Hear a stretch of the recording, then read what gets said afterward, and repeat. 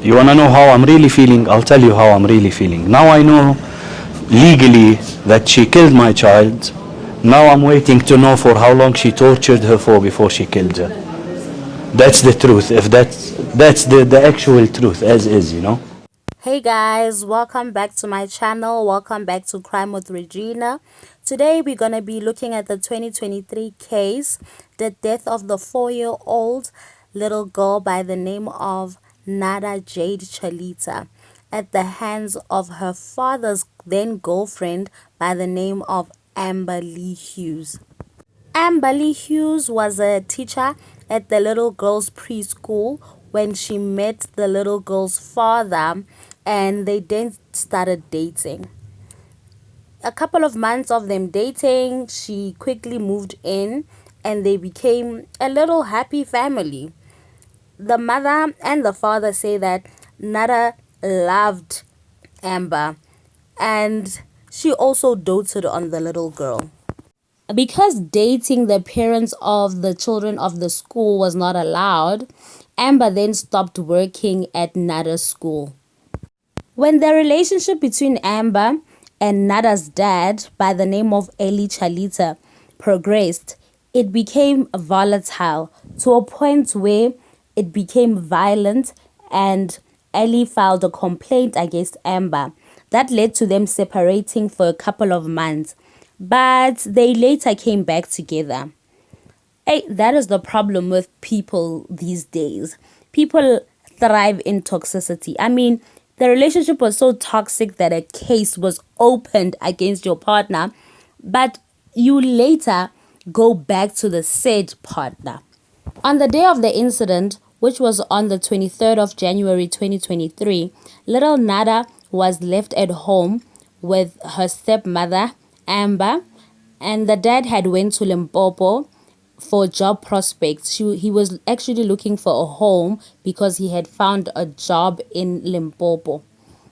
So this is where the accounts of what exactly happened differ from source to source. It is said that Amber and Ellie had been having conversation via text messages. They were arguing because Amber was accusing Ellie of infidelity. In between those text messages, Amber even threatened to kill Nada. Panicked from the threats that Amber was making to his child's life, Ellie then called a friend of his to go check on the child and Amber. But when the friend got to the house, Amber could not allow the friend in. The friend even ran over the gate to come into the yard. When he got in there, Amber was sitting on the couch and he asked where the baby was, and she just pointed to the bathroom. The friend found the child floating in the tub. Amber had superficial cut marks on her wrist at a botched attempt to take her own life. I don't even think Amber Lee Hughes was trying to kill herself. She just did that for show. Because if she really wanted to kill herself, Amber Lee would be dead by now. Ellie's friend then took Nada to the hospital where she was certified dead on arrival. Her autopsy didn't only just show her drowning, but it also showed signs of sexual assault. Amber Lee Hughes was arrested and she pleaded not guilty for the charges laid against her. In true criminal fashion, Amber Lee Hughes denied. When Nada was with me and before Nada left, there was no bruising on her face.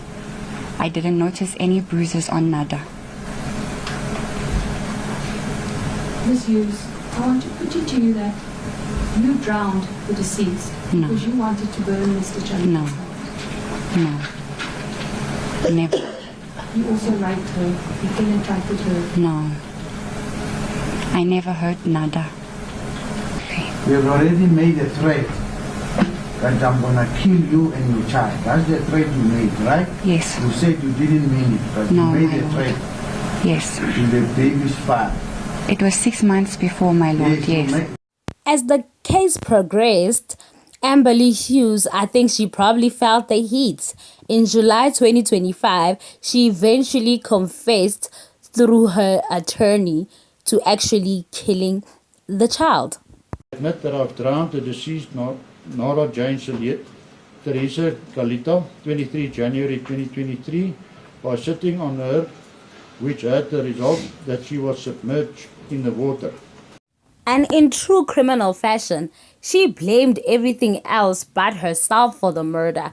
She blamed borderline personality disorder, and the defense even brought a social worker to speak on her life when she was growing up, her mother being a drug addict, her mother killing herself in 2022, all the excuses in the book to get her a light sentence. In respect of count 1, which is the rape of the child by placing an unknown object in her anus, I adjudicate you not guilty. However, in respect of count 2, which is the rape of the innocent child who was barely 4 years old by placing an unknown object in her vagina, I adjudicate you guilty.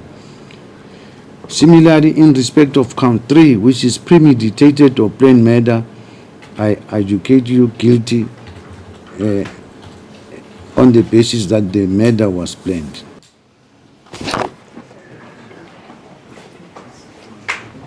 It was a bit of relief and a bit of comparison that it doesn't bring her life back. She lost her life. There we found her guilty, or we never found her guilty. There she's guilty. That doesn't bring my child back. Nothing will bring her back. So it's a feeling mixed of anger and relief, and it's just mixed emotions. You know, the justice that I seek doesn't exist in this world or in this lifetime. With all honesty, I feel like Ali Challita failed to protect his daughter because it's not the first time that Amber threatened their life. Nada's mother, Amy Johnson, was living in Cape Town at the time of the incident. After the incident, she reconciled with Ali and they moved in together. I guess it was grief that brought them together, but I feel like it was way too late for comfort. May little Nada's soul continue to rest in peace. That's all from me, guys. Thank you very much for watching. Don't forget to comment, like, and subscribe.